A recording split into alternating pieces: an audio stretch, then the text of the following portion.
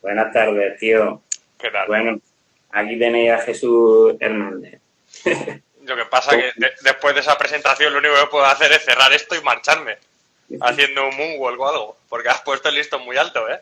No, estoy diciendo la verdad. Ya sabes que al final hay que valorar a las personas y más que, sobre todo, yo te conozco y sé por las situaciones que has pasado y sé que el que tú estés en estos momentos en el lugar que estás es porque nadie te lo ha regalado. Has trabajado mucho. Yo recuerdo cuando ibas con tu camilla por todas las casas de Murcia, de Rojales, comiendo en una casa, comiendo en otra, dando masajes a domicilio. Al final, pues bueno, me alegro mucho de que estés en la situación que estás, que hayas tenido una estabilidad con tu señora Rocío, que hayáis encontrado esa estabilidad ahí en Madrid. Y bueno, pues vamos a ver si le damos un poquito de luz a esta gente que está allí en el directo. Esperemos a ver si sacan algo positivo, por lo menos que se entretengan, Pues que sí, creo pasen, que que pasen una buena tarde, seguro. bueno, ahora deciros también que los directos de Instagram, cuando llevamos una hora aproximadamente, se cortan, ¿vale? Entonces, si tenéis algún corte y la charla no ha terminado, pues volveremos a hacer otro directo, ¿de acuerdo? Entonces, bueno, la dinámica va a ser, pues yo voy a ir lanzando una serie de temas que Jesús nos va a ir aclarando. Vosotros podéis ir haciendo las preguntas que queráis y sobre la marcha las iremos contestando. Vamos a ir desde unos aspectos más generales a otros más específicos que tengan que ver con el ciclismo y dando una visión del ciclismo profesional y el ciclismo amateur, que es en el que nosotros nos movemos. Y nada, pues vamos a comenzar si te parece bien. Me parece perfecto. Pero antes quiero añadir una cosa, y es que igual que tú antes me has presentado, también quería decirte que creo que es la primera vez que hago un directo de estos compartido con alguien y que hasta me hizo ilusión que me lo pidieses. Que me lo pidieses Claro, tú, porque como bien has dicho antes, he tenido cierto momento de catarsis y la mayor catarsis de mi vida, en esa estabas tú. Yo estaba en Murcia, en la UCAM, ahí coincidimos en el curso de Isaac de nivel 2 y desde ahí, macho, se generó una amistad increíble. De ahí surgió tu pasión por la bici, que es algo pues, que te pongo como ejemplo muchísimas veces de cómo alguien completamente neófito pues, en 2 años consiguió aprender tanto, saber tanto, ser capaz de transmitirlo y al fin y al cabo amar tanto este deporte y esta forma de vida.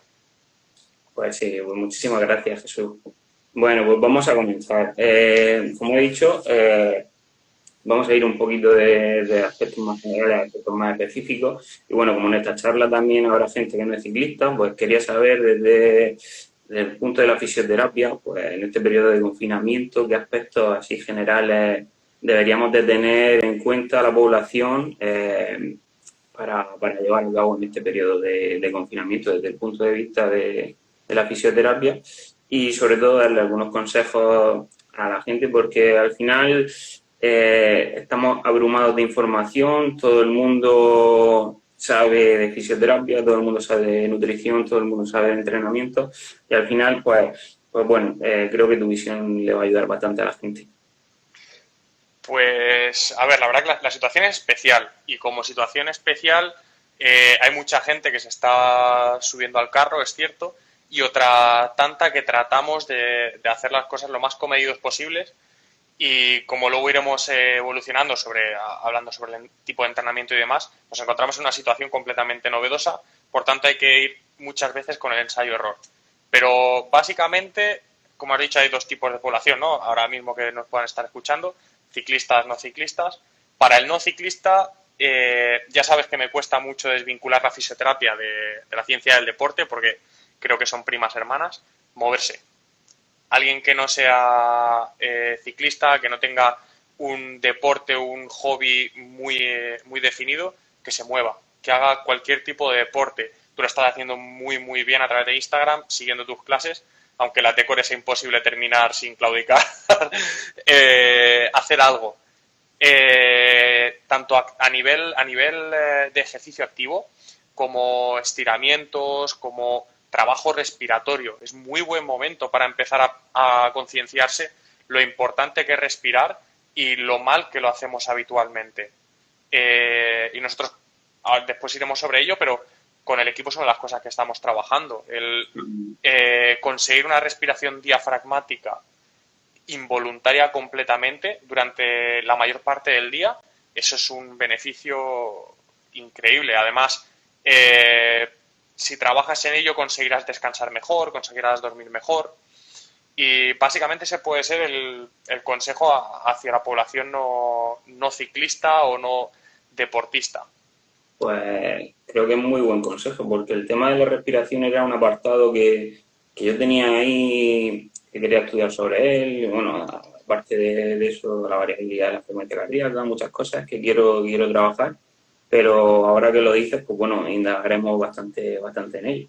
Y ahora, yendo un poco más específico, sobre todo dedicado a mi grupo de entrenamiento que siempre me preguntan sobre todo, ¿qué consejos darías para la población ciclista? Sobre todo para los ciclistas como nosotros que somos cicloturistas o ciclistas amateurs en el ámbito de la fisioterapia, que le haría más importancia, el tema de estiramiento, movilidad, todas estas cosas que cada vez, bueno, estamos pasando un poquito más de entrenamientos tradicionales donde eso no se llevaba a cabo aquí a día de hoy, pues se vaya involucrando como parte fundamental en nuestras preparaciones.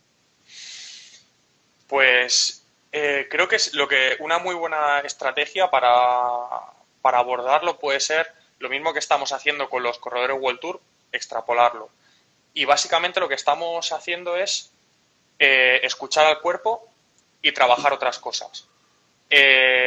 Para alguien que monta habitualmente en bici, normalmente va a tener un rodillo en casa, y mi primer consejo es que escuche a su cuerpo, es decir, que entienda qué es lo que le apetece, qué es lo que más le cuesta, qué es lo que, si está asesorado por un preparador, escucharle también a él para que le guíe hacia cuáles son esas debilidades.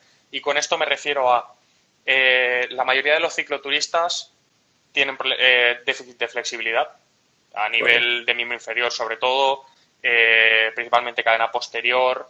Es muy buen momento para hacer sesiones específicas de eso, porque como tú bien sabes, la flexibilidad no es algo que se gana haciendo 5 minutos después de montar en bici. De hecho, ese no es el momento de ganar flexibilidad. El momento de ganar flexibilidad es una sesión aparte donde el músculo no ha sufrido un estrés previo y se puede ir sobre ello. Trabajo de core. El core es fundamental. Ese trabajo de core no tiene por qué ser un core clásico. Hay mucha gente que está confinada en casa con su pareja, con alguien más, aprovechar para hacer sesiones de pilates conjuntos. Y correcto, si no tienes un buen espejo, que esa persona te ayuda a corregirte los movimientos, porque el pilates es una muy buena forma de hacer un core sin movimientos balísticos, que te ayuda a controlar la respiración, que es otro apartado, que ya hemos dicho. Casi todo trabajo postural, que te va a ayudar a romper esa cifosis típica que tenemos todos los ciclistas. Y yo creo que una vez que seamos capaces de incluir esos 2 puntos en nuestro entrenamiento, el resto, no volvernos locos. Lo más habitual y lo que yo podría recomendar, y seguro que estás de acuerdo, es, puesto que en la carretera es donde disfrutamos del paisaje, de las horas y demás, aprovechemos aquí para trabajar la intensidad, para trabajar el tema láctico, para trabajar un poquito de potencia, incluso la técnica de pedaleo. Si tienes un buen potenciómetro, un rodillo que te lo pueda marcar, el tema de eficiencia de pedaleo, fluidez, equilibrio. Correcto. Yo los entrenamientos, bueno, te hablo un poco desde mi posición. A ver, cada vez los ciclistas entienden más que el tema del estiramiento, movilidad, trabajo complementario es, bueno, yo intento hacerle entender que es igual de importante ese tipo de sesiones que las sesiones de entrenamiento encima de la bicicleta. Pero sí que es cierto que ellos vean una visión desde tu punto de vista, seguro que les va a apoyar a que la realicen de manera más eficiente, porque lo que sí vemos los preparadores es que nosotros cuando, por ejemplo, en Training Peaks, cuando les planifican la semana, si ahora cada vez menos, pero si tienen que dejarse alguna sesión sin realizar, siempre se dejan sin realizar. Siempre, La siempre. sesión de core o la sesión de estiramiento o la de movilidad. Siempre. Porque claro, un ciclista, ¿cómo no va a montar en bicicleta? Y por ejemplo, ellos basan su entrenamiento en la bicicleta, todo lo demás, es como que, bueno, si no lo hago o no le presto esa atención que debería prestarle. Entonces quería saber si, bueno, y ya hilando el siguiente punto, en el mundo profesional, yo supongo que esto cada vez pues se irá incorporando cada vez más. Además, he visto que en tu equipo, bueno, están trabajando bastante core y demás, que antes he visto a Carlos Barbero que decía el del core, sí, soy yo el del core. Entonces, supongo que los preparadores a nivel profesional, pues cada vez le darán más importancia a este tipo de sesiones. Sí, sí, sin duda. De hecho, nosotros, por ejemplo, en el equipo, a principio del confinamiento ya se preparó junto con, somos 2 fisioterapeutas en el equipo, entre los dos preparamos un documento, porque durante los training camp en enero hacemos una batería de test para que nosotros mismos hemos diseñado para detectar posibles déficits, sobre todo a nivel de flexibilidad, a nivel de fuerza en core y a nivel de cintura pélvica. Detectando esos 3 déficits en cada uno de los corredores, luego durante la temporada íbamos a trabajarlo. Llegó todo esto del confinamiento y lo que hemos aprovechado es, durante la primera semana, desarrollar un documento con algunos vídeos, fotos y demás para mandar a esos corredores con el déficit. Pero es que los otros ya estaban en manos de los preparadores trabajando, recibiendo sesiones de core y demás. Sin embargo, vimos que todavía no era suficiente porque a veces, como comentabas, ya no solo al ciclista, al profesional le ocurre. Cuando está cansado, cuando tiene que decidir, cuando por tiempo anda justo por otros quehaceres, decide siempre subirse a la bici y dejar de lado lo demás. E incluso a veces cuesta introducirla en tu rutina diaria, esa sesión de core, por lo de siempre. Pues va, luego la hago, luego se te lía, luego el niño tal, luego... y acaba siendo complicado. Entonces lo que hemos decidido es lunes por la mañana y miércoles por la tarde, hace un rato hemos terminado, hacemos sesiones online en una plataforma de internet, una videollamada, nos juntamos pues toda la gente que en ese momento pueda y habitualmente además tenemos un enfoque diferente. Lunes es una clase, al ser por la mañana, mucho más centrada en respiración diafragmática, un poquito sobre postura, bastante trabajo sobre estiramiento activo, una forma de trabajar core mucho más liviana, muy progresiva para activar el cuerpo el lunes por la mañana y a partir de ahí seguir el día, digamos. Además, el lunes suele ser un día bastante tranquilo para ellos en cuanto a entrenamiento. El miércoles por la tarde trabajamos sobre todo core, bastante potente, no tanto a lo mejor como el tuyo, pero bastante cañero, y mucho trabajo de cintura pélvica. Hacemos mucho trabajo de lunges, de sentadilla de una pierna, trabajo con TheraBands, estimular glúteo medio y menor. Y estas sesiones se graban, ellos mismos las graban, y luego las van repitiendo durante la semana. Yo lo que, bueno, estaba también Sergio por aquí conectado, y lo que estamos viendo es que, pues bueno, el trabajo de fuerza y demás siempre se ha llevado de una manera pues, muy analítica y siempre realizando los mismos ejercicios y al final lo que estamos nosotros desarrollando son progresiones en las cuales trabajes de manera más unilateral y focalices más trabajo de glúteo medio, o sea, centralizando los músculos que principalmente trabajan en la acción del pedaleo, porque al final el desarrollar sesiones de fuerza, que también hay que desarrollar ejercicios muy generales, pero lo que ocurre es que, creo que estarás de acuerdo, que al final siempre cuando realizamos los ejercicios a 2 piernas, y normalmente muchas veces los entrenadores lo mandan, porque es lo más rápido. Es decir, yo te mando una sentadilla con las dos piernas o te mando una squat con las dos piernas o una sentadilla sumo o te mando la prensa con dos piernas. Al final es un trabajo como mucho más rápido y bueno, voy al gimnasio, me lo quito de en medio, pero al final trabajando de manera unilateral creo que estamos corrigiendo esos desequilibrios musculares y yo creo que cada vez se irá implementando más este tipo de entrenamiento y sobre todo que hay que dejar claro que todos los ejercicios no valen para todo el mundo, es decir, lo importante de esto es ver a cada persona y luego también especificarlo para cada deporte, que no es lo mismo la gente que corre a pie o la gente que hace ciclismo, la gente que juega al pádel y yo supongo que eso lo tendréis vosotros también en cuenta. Sí, sí, claro. De hecho, al final son muchos caminos que llevan a un mismo destino, muchos protocolos. Ya sabes que aquí en Ciencia del Deporte, en el entrenamiento, cada maestrillo tiene su librillo. Correcto.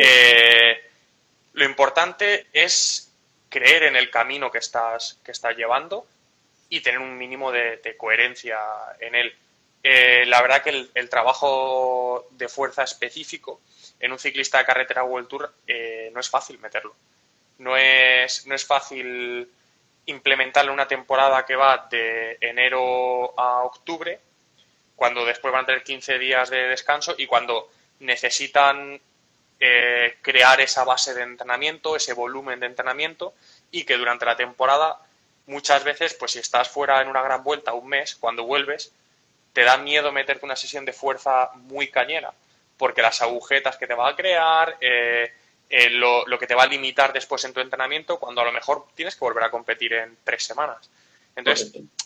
con ellos es bastante complicado y por eso en un equipo World Tour suele haber un máximo de 5 corredores, 4 o 5 corredores por cada entrenador. Y ese entrenador, en teoría, se dedica exclusivamente al equipo. Lo especializan más, ¿no? Eso es. Preguntaba a Carlos Blázquez, que si son eficientes los aparatos para trabajar la musculatura respiratoria como Powerplay. Sí. Y también he visto antes, creo que ha sido Jimeno, que preguntaba algo sobre hipopresivos. Los Sí, hipopresivos son súper interesantes, pero como es una técnica muy específica, nosotros no la utilizamos. Yo no la utilizo porque la desconozco, no la domino y no hay peor arma que la que no controlas. Entonces, paso, claro, para hacer las cosas a medias o hacerlas mal, no. Trabajamos algo de RPG, por ejemplo, donde se hace una respiración un poco diferente a través de estiramientos globales y demás, y luego el trabajo respiratorio volitivo, el voluntario, tomando conciencia de ello. Y yéndonos a lo que preguntaba Carlos sobre el Power Breath, Power Breath parece que tiene algún tipo de beneficios. Creo recordar que no existe una diferencia significativa, no existe un beneficio brutal, pero salvo que hay una patología previa. Cuando hay una patología previa, por supuesto, después de gente que ha tenido a lo mejor un neumotórax o tiene alguna rotura de los intercostales, suele ser bastante interesante, pero no va a hacer mal. Yo lo he utilizado y no. Además, es algo que lo puedes hacer en el sofá de casa tranquilamente y yo haciéndolo a pienso diario. que el problema de todo esto, bueno, el problema es lo que tú comentabas. Al final vemos que el trabajo de hipopresivo es bueno, el trabajo respiratorio con este tipo de aparatos es bueno, el trabajo de flexibilidad es bueno, el trabajo de core es bueno, pero claro, al final cuando no llevas a alguien que te guíe el botón, lo cogemos todo ¡pum! Y lo mezclamos y no sabemos cuándo meterlo. Entonces, la visión que tú estás aportando desde el punto de vista profesional, que todo eso va guiado por gente profesional que, como tú dices, van en grupitos reducidos de 4 o 5 corredores. Entonces, estas son consideraciones generales. Lo digo porque ahora, que estoy viendo el directo, tampoco tienes que empezar por tu cuenta, a meter fuerza, core, No, hipopresivo, no no. sé. Al final puedes hacerte más mal que bien. A ver, te preguntan por ahí, Jesús. Sí.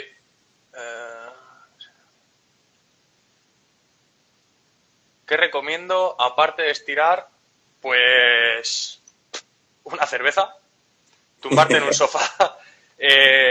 Somos ciclogloberos, si es que tenemos que hacer lo que nos guste, lo que nos apasione. sí que es cierto que cuando tienes un objetivo muy marcado, como puede ser lo típico de quiero hacer X tiempo en la QH, quiero hacer esto, quiero competir en el campo de Cartagena, tienes que cuidarte, tienes que ir con mucho cuidado y hay ciertas cosas medio caseras, como puede ser crioterapia, si tienes un Compex, si tienes unas botas Normatec, unas de presoterapia, ya sería la caña. Pero básicamente, cuando llegas a casa, lo primero que tienes que hacer es comer. Comer Correcto. porque recuperar los depósitos de glucógeno tienes una ventana de unos 30-40 minutos donde la asimilación es mucho más rápida. Ujú. Donde el transporte de la membrana no depende de glucosa, de la insulina, entonces se absorbe mucho más rápido. De hecho, esto es un poco algo que le cuesta mucho a la gente entender, sobre todo los de la vieja escuela, que cuando llega un corredor a meta, ese batido que toma, eso no es proteína. Tiene algo de proteína, pero es básicamente hidratos. Y es Ujú. básicamente maltodextrina, amilopeptina, fructosa, glucosa. Es un complejo, un compendio de diferentes azúcares de diferentes velocidades de absorción, digamos, para que en cuanto pasen por meta, empiecen a recuperar para el día siguiente. Porque la Claro, recuperación empieza por ahí. Una vez que correcto. hemos recuperado los depósitos de glucógeno, nos vamos a reponer una hora y media después la proteína, la síntesis proteica. Pero también va a depender de si compites durante varios días o no. Me refiero del Claro. tema que tú comentas de llegar a meta y tomarte automáticamente, eso va a depender también de eso. Y al hilo de lo que comentaba antes, vamos a entrar en un tema un poquito escabroso, que me apetece tocarlo. Bueno, me preguntan mucho los corredores, los ciclistas que llevo, ¿qué opinamos sobre el uso del Compex, del uso de la pistola de masaje? Al final, quería que nos aportases tu visión acerca de esto, porque yo creo que eso también puede ser un arma de doble filo si no sabes utilizarlo de manera correcta. Me voy a dar un paso atrás a lo de antes, de lo que hablábamos de la gente que se vuelve un poco loca, ¿no? Con hipopresivos, fuerza, respiración, estiramientos. En el ciclismo, igual que en la vida, hay una máxima, y es que los árboles no te impidan ver el bosque. Es decir, que esos pequeños detalles no centren tu atención y te olvides del conjunto, del global. Lo que Sky empezó a llamar marginal gains, que es el cuidado de los detalles, en el cicloturismo está creando verdaderos problemas, porque yo lo vivo en mi grupeta, hay gente que se obsesiona con pequeños detalles olvidándose de lo principal, que lo principal es entrenar, comer y dormir. Correcto. Eso es lo primero. Una vez que tienes esos tres lados del triángulo completamente cubiertos, entonces vienes y lo decoras. Ujú. Y pues usar un Compex o usar unas Normatec o tal, es cuando tienes esa pirámide completamente estable, llegas y le pones una estrellita con luces encima. Entonces ya, claro, le has puesto la guinda y la has dejado bien bonita. Y claro que el Compex es un arma muy buena, pero el Compex tiene un par de cosas, y es que los programas son diferentes, la electroterapia es de esos instrumentos, de esos medios físicos de fisioterapia, como tú sabes, que funcionan. Hay muchos que han demostrado que no funcionan para nada. O sea, un ultrasonido no te va a servir nunca para nada, pero la electroterapia sí. Y como sirve, puede servir para bien y puede servir para mal. Correcto. Por eso te hablaba de eso. Claro, yo he conocido un caso de alguien que estaba preparando un objetivo y cerca del objetivo me pide un Compex que tenía yo en casa para poder usarlo. Era una cicloturista, se iba a ir una semana antes, vale, perfecto, úsalo. ¿Qué pasó? Que a 2 días de la marcha estaba con unas agujetas que no podía, porque era la Claro, primera vez en su vida que se había puesto un Compex. claro, claro. Nosotros, por ejemplo, en el equipo usamos muchísimo, pero muchísimo los Compex. Estamos patrocinados y tenemos en cada autobús, que no son 3 o 4, pues cuando el corredor llega y hay un traslado largo, hay unos que están con botas de presoterapia y otros con Compex. Antes de una contrarreloj se puede utilizar el Compex para activar, para todo lo contrario. tú haces una contracción voluntaria a la vez que el Compex te está contrayendo para reclutar el mayor número de fibras musculares posibles sin tener que machacarte demasiado en el calentamiento en el rodillo. Pero Claro, como dices, hay que llevar cuidado. por eso te digo, porque al final el tratar estos temas es porque como, bueno, estamos en periodo de confinamiento, pues bueno, tu sector, tú porque estás con el equipo profesional y demás, pero hay un montón, yo tengo un montón de amigos de los que hablábamos el otro día, de Femenía, de Alejandro Rábaga y demás, que están trabajando en clínicas de fisioterapia, ahora mismo están cerradas las clínicas. Entonces, ¿qué pasa con los deportistas? Pues bueno, al final tienen que al final están metiendo mucha carga de entrenamiento y yo suelo trabajar con ellos el uso del foam roller, del bastón de masaje, ¿vale? A ver, te digo eso porque son métodos que no son muy caros, ¿vale? Yo no puedo decirle a una persona, oye, cómprate la pistola de Compex de descarga que vale 300 euros o cómprate el Teraban. Entonces, ¿qué es lo que ocurre? Que hay gente que, pues lo que hablamos, estamos en un periodo que es novedoso para todo el mundo y nada más que te llegan ofertas de compras, de electroestimuladores, claro, que ellos ven un filón ahí en que el deportista piensa, oh, tengo que descargarme las piernas para poder seguir entrenando y demás. Entonces, el uso de esos materiales de manera individual sin saber cómo se utilizan, pues puede ser bastante peligroso porque lo que nos pasa a nosotros es que yo, por ejemplo, soy la guía para mis deportistas, pero claro, es lo que tú hablabas.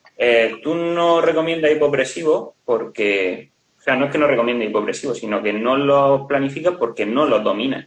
Entonces, yo cuando me preguntan sobre el uso del Compex o de la pistola y demás, yo no me veo capacitado para decirle a ese deportista, oye, pues, te lo tienes que poner en el vasto interno, en el vasto externo, o te lo tienes que poner en este momento. Entonces, creo que es un tema bastante importante de tratar. Yo Sí, ahora mismo lo que le estoy recomendando, pues, bueno, aparte de los estiramientos, de la movilidad y demás, pues utilizamos sesiones con foam roller y con bastón de masaje. Que luego también es como cuando yo les pongo en las planificaciones el masaje cuando vamos a hacer una semana de descarga o de competición. También lo que yo noto con la experiencia es que cada deportista es un mundo. Es decir, hay gente que, por ejemplo, se hace una sesión de descarga con foam roller y al día siguiente tiene trabajo de serie a VO2 y va perfecto, y gente que se pasa el foam roller y no puede porque le sienta fatal. tal cual. Aquí hace un momentito decía Eneco que el Compex jamás va a reemplazar una buena descarga manual. Y tenemos que partir de ahí, de que las manos de un profesional o estar tratando con un profesional jamás puede ser suplido por ninguno de estos instrumentos. De hecho, estos instrumentos normalmente son instrumentos que utilizamos nosotros, que prescribimos nosotros los fisioterapeutas para su uso. Y comentabas, por ejemplo, el caso del Hyperball, de la pistola. Bueno, Compex ha sacado ahora tiene la suya. Pues es que hay gente que se la está comprando cuando no sabe utilizarla y cuando por sí mismo jamás va a llegar a todas las zonas adecuadamente. Es que está generando más tensión en todo el cuerpo. Para poder alcanzar su piramidal y mantener ahí un esto, es que está generando tensión innecesaria para descargar una zona en la que además no lo está pudiendo hacer bien. Entonces, muchas veces se están equivocando. Y por eso mismo decía antes, cuando él decía lo del consejo a los ciclistas, escuchad vuestro cuerpo, iba también por un poco por lo que has comentado. Porque ahora mismo, cuando empiece una pequeña molestia, cuando notes una sobrecarga, cuando tu cuerpo te diga que está cansado, para. Porque si desarrollas una tendinopatía, si irritas tu cintura iliotibial, si generas al final una lumbalgia, no vas a tener dónde ir. Lo que habitualmente vas a un fisioterapeuta y en una tarde te lo ha quitado y puedes seguir entrenando, ahora es que eso no ocurre así. Claro. Y encima estamos entrando en un rodillo donde cualquier movimiento, si es mínimamente lesivo, va a desencadenar, y aunque no lo sea. O sea, nosotros ahora mismo, por ejemplo, en el equipo, estamos teniendo ya varios corredores con pequeñas molestias que nunca han tenido y no han modificado posición, no han cambiado calas, siguen con las zapatillas. Pero es que no tenemos libertad. hay poca libertad en una bicicleta, pero es que ahora menos. Entonces, por eso, joder, escucha tu cuerpo y si te está diciendo que hay que descansar, descansa. Correcto. Eso lo pienso yo también. Mm. Por aquí pregunta Alex si estirar nada más de terminar los entrenos. A ver, yo te digo mi postura acerca de esto. Depende del tipo de sesión de estiramiento, como tú hablabas antes, y depende del tipo de entrenamiento que tú hayas llevado. Si es un entrenamiento de fuerza o un entrenamiento regenerativo, si es un entrenamiento de serie, pues yo pienso que la sesión de estiramiento variará, porque claro, aquí pensamos estiramiento y siempre nos viene a la cabeza el cogernos el cuádriceps y estar ahí 20 o 30 segundos, ¿no? Entonces yo pienso que eso variará un poco en función de también el estímulo que tú le metas a la musculatura. No sé qué piensas tú acerca de este tema. Estoy completamente de acuerdo contigo. Por ejemplo, una sesión intensa en la que estás llegando a casa todavía con el corazón en la boca, lo mejor que puedes hacer es los 5 o 10 minutos que ibas a gastar estirando, quitar plato, suavito, suavito, suavito, que circule la sangre, que se relaje esa musculatura y cuando llegues a casa, si quieres en la ducha, te das con agua fría. Antes lo comentábamos, la flexibilidad no se gana estirando justo al acabar un entrenamiento, necesita sesiones propias. Sí que es cierto que hay ciertas sesiones como un típico regenerativo, que no has hecho un gran daño muscular, que todo lo contrario, has intentado activar un poco el cuerpo, aumentar la saturación de oxígeno a nivel muscular, recuperar. Ahí puede ser interesante, puedes hacer, bueno, te quitas 10 minutitos de rodar y haces 10 minutitos estirando, pero más por el bienestar que genera o por prevenir acortamientos, digamos, que por conseguir un gran beneficio.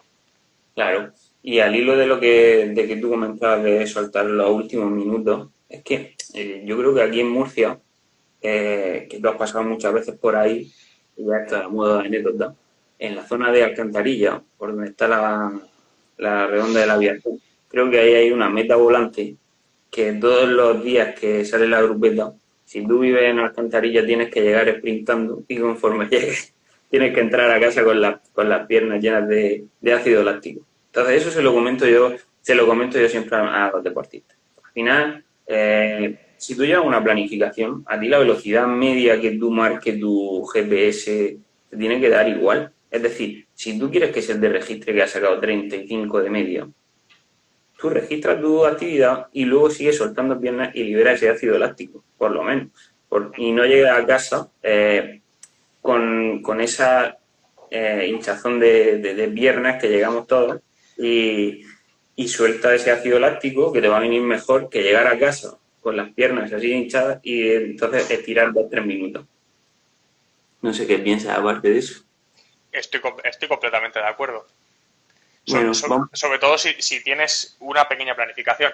Si eres un globero como yo que sale y a ver lo que hace la grupeta, yo me uniré, pues te va a dar un poco igual. Ahora, sano no es llegar con el corazón en la boca. Hacer un sprint para llegar a casa, pues mucho, salvo que tengas el segmento de Strava ahí y lo vayas a hacer ese día, entonces te lo perdono, pero si no, no.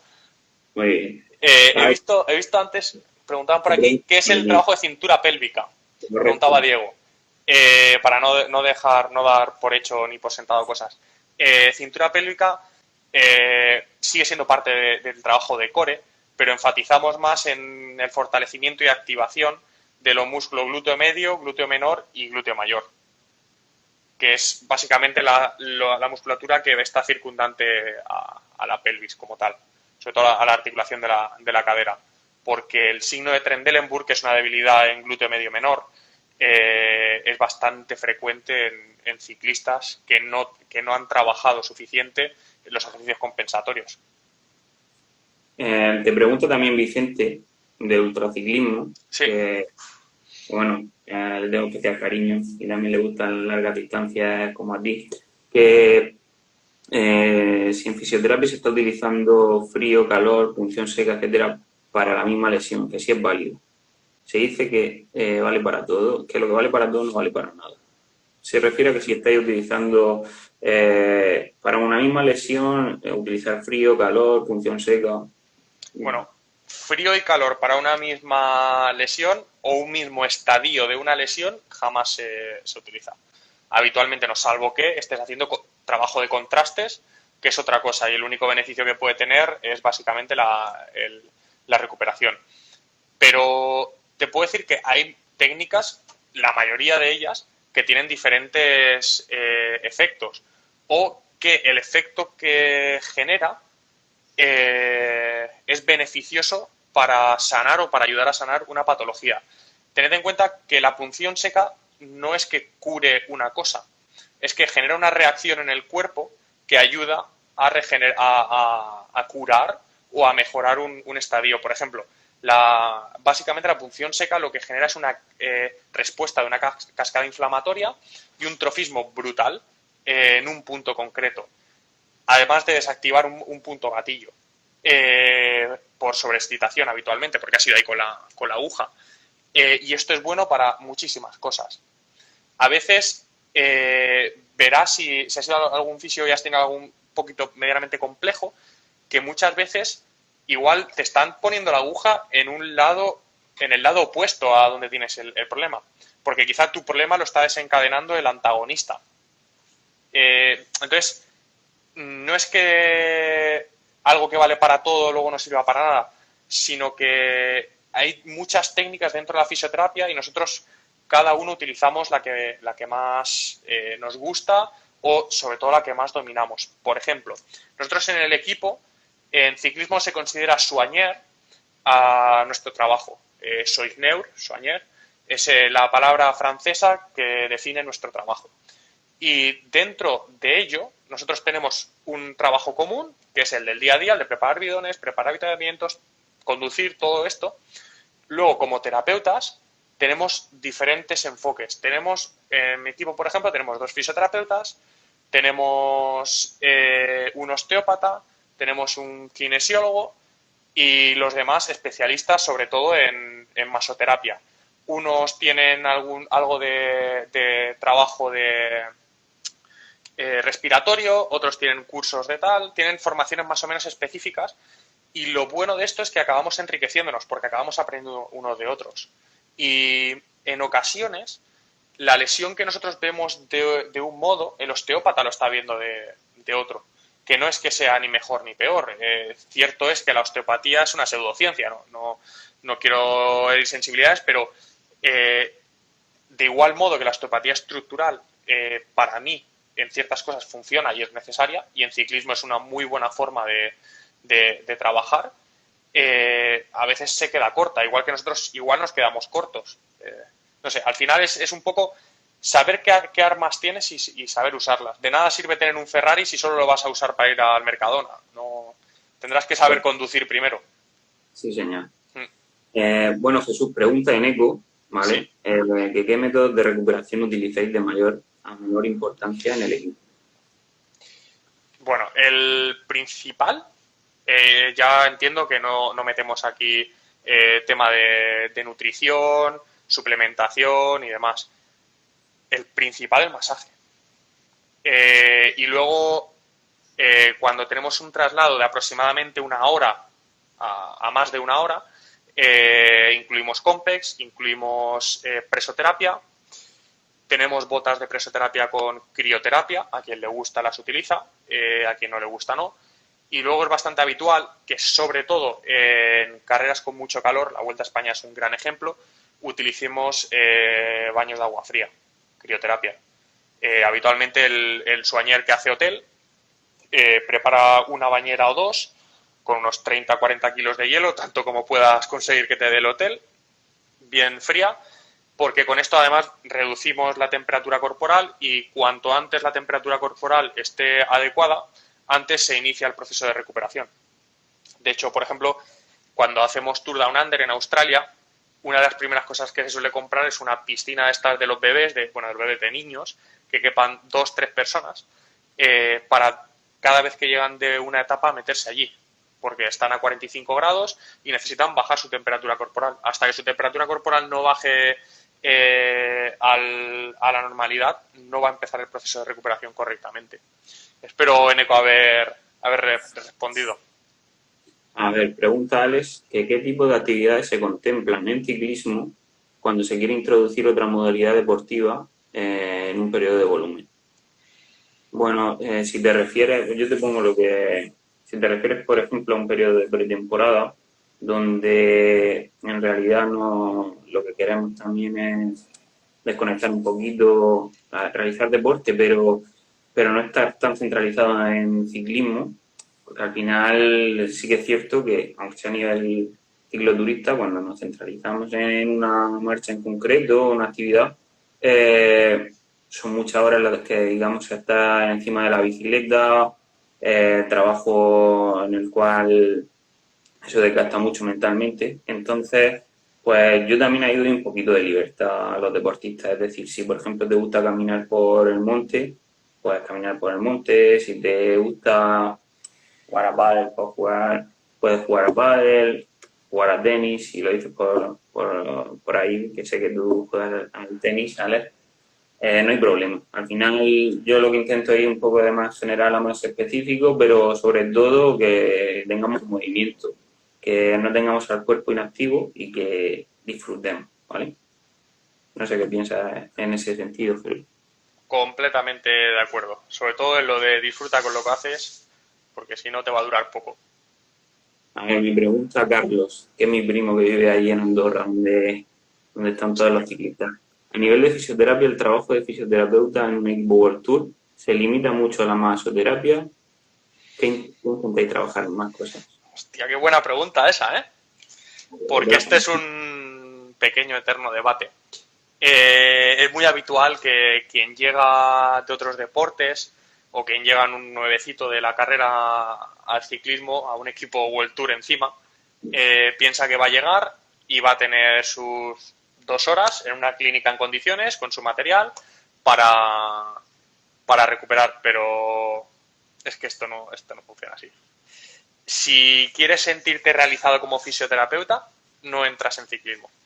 Hay otros deportes que te realizan más como fisioterapeuta puro, clínico, me refiero.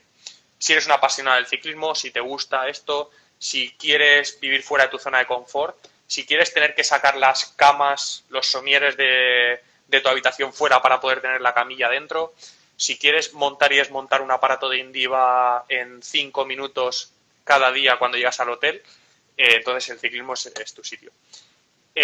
A ver, la base de nuestro trabajo es la masoterapia, o sea, es el masaje, porque además es lo que el ciclista te va a pedir. Y cada vez que hemos tenido algún compañero, alguna compañera que ha llegado un poco de nueva, si ha intentado hacer algo diferente, el propio ciclista ha dicho ¿qué estás haciendo? Es que a mí lo que me recupera, lo que me hace bien, lo que me devuelve la energía o la relajación para poder al día siguiente afrontar otra etapa, es el masaje.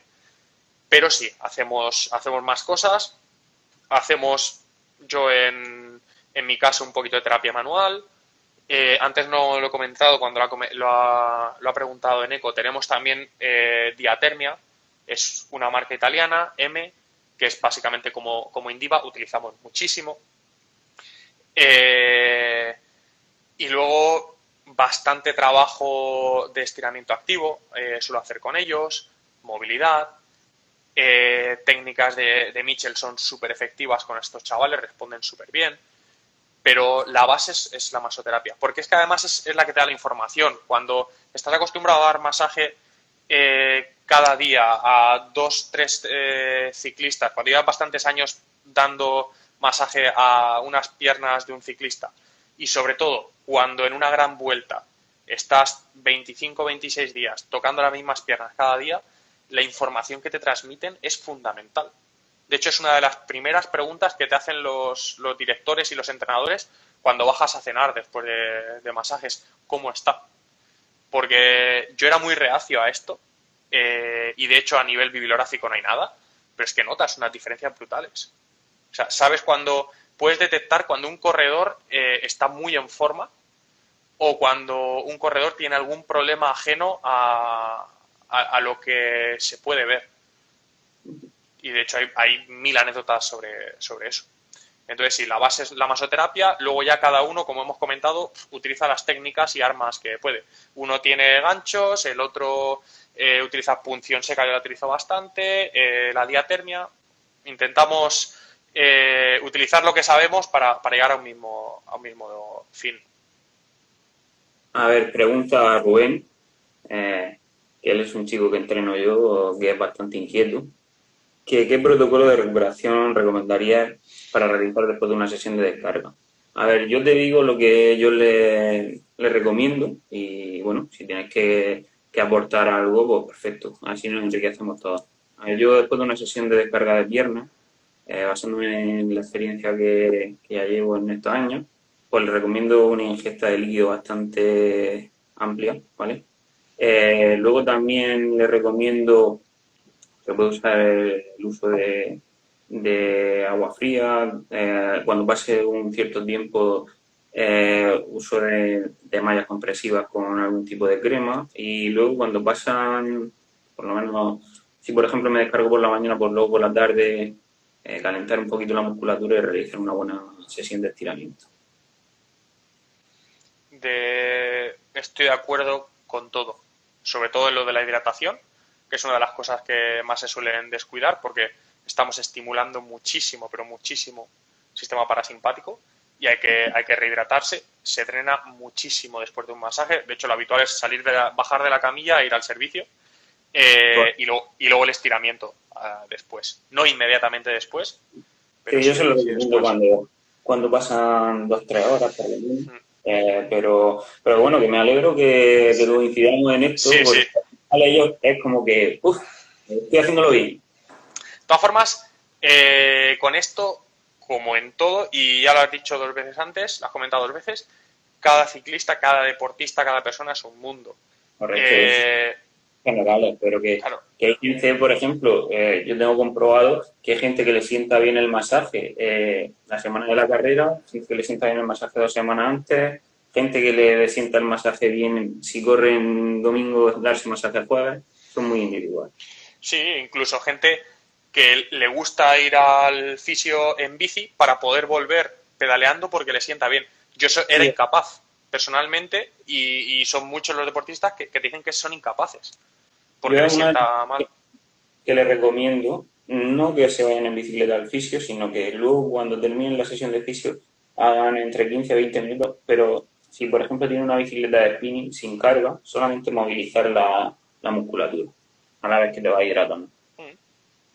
A ver, luego pregunta Amalia que cuánto tiempo sería recomendable una sesión de masaje para una semana de 6 días de entreno y unos 500 kilómetros.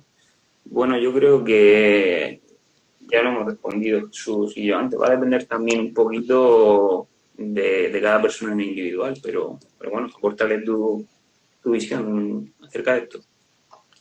A ver, lo ideal, me imagino que no entrenarás todas las semanas lo mismo, lo ideal es que dentro de tu planificación, la que lleve... Perdona, que se me ha cortado. Que lo ideal es que la planificación, dentro de la planificación que lleve tu entrenador, ya esté pensando dónde incluirlo. Habitualmente es una semana de descarga, una semana tranquila o una semana de competición los días previos a la competición. Yo intentaría no dejar más de 2-3 semanas. Si entrenas 500 kilómetros, ya son. Si estás en semanas de muchísima carga, cada 2 semanas.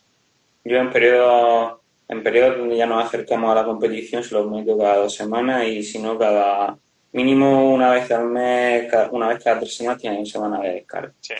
A ver, voy a contestar a partir de la pregunta de José Antonio Ruiz. Si habéis preguntado después, no he podido leerla.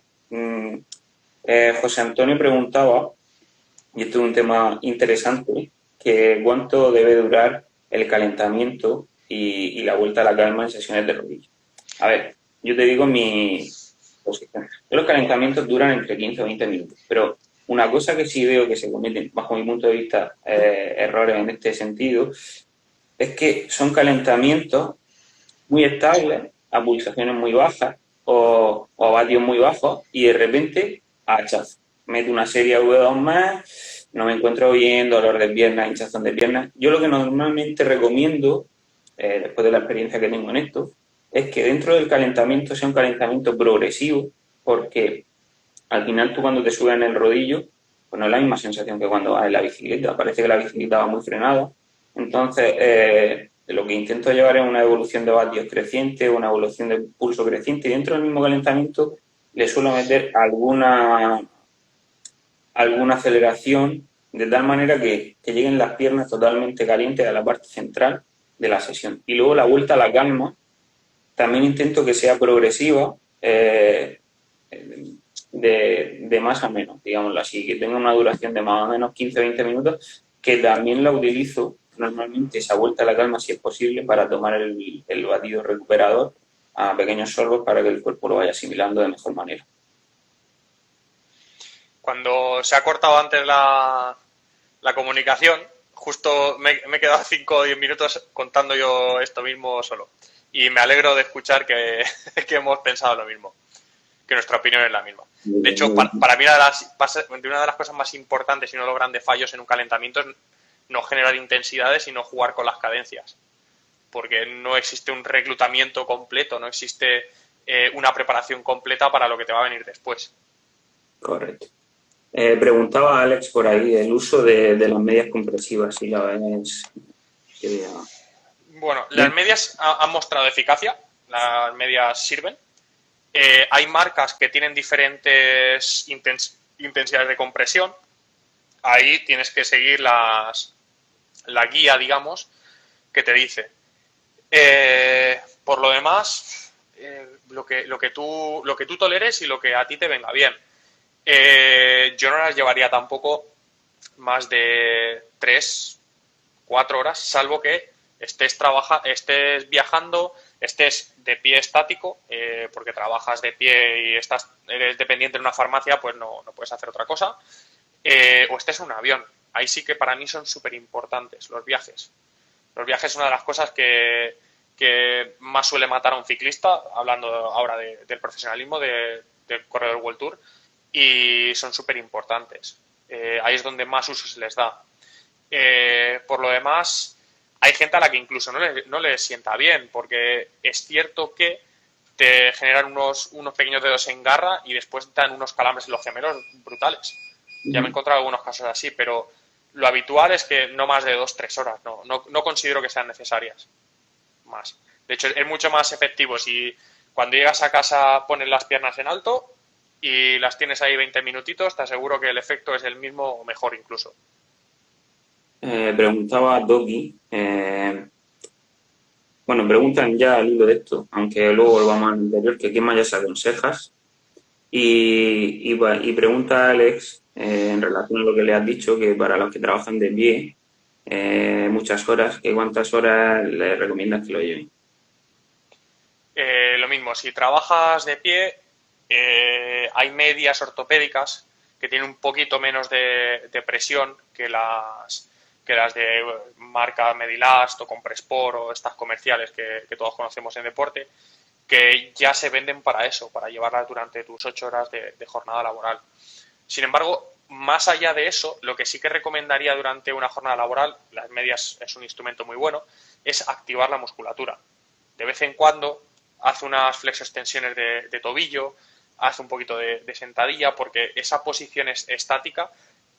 La mejor bomba de retorno que tenemos venoso es nuestra propia musculatura y hay que usarla. Y respondiendo a lo que preguntaba Toki, ya llevamos casi una horita, dice que si en una semana de competición es bueno descargarse las piernas. Bueno, yo creo que ya hemos respondido a eso. Va a depender de manera muy individual de cada uno. Yo lo que intento hacer con los deportistas es no esperarme a la competición, sino que en los meses previos, pues si yo, por ejemplo, tenemos algún test o tenemos alguna simulación, pues le voy probando a meterle el masaje de descarga, por ejemplo, una semana que tengamos una salida fuerte el fin de semana simulando una carrera, pues lo meto la semana anterior a ver cómo le sienta. Entonces, para no llegar a la fecha concreta de la prueba y, por ejemplo, metérselo esa semana y que le siente más. Completamente de acuerdo. De hecho, nunca dos fisios te van a dar un masaje igual. Nunca. Entonces también tienes que buscar quién es esa persona que mejor te sienta o el tipo de masaje que mejor te sienta. Y esa es una de las cosas claves con el masaje, es que no hay dos ciclistas a los que les guste igual. Te puedes encontrar con un psicópata como Barbero que le puedes ir con el codo y no se queja, o Kirienka, y otros que en cuanto aprietas lo más mínimo ya se están quejando, tienen mucha sensibilidad. Entonces eso hay que probarlo antes. Pero sí, la semana de carrera, para mí es fundamental 3-4 días antes, como muy cerca 2 días antes, darle una buena descarga, y una descarga completa, piernas, espalda, glúteo, todo. Para mí es fundamental. A ver, te preguntan,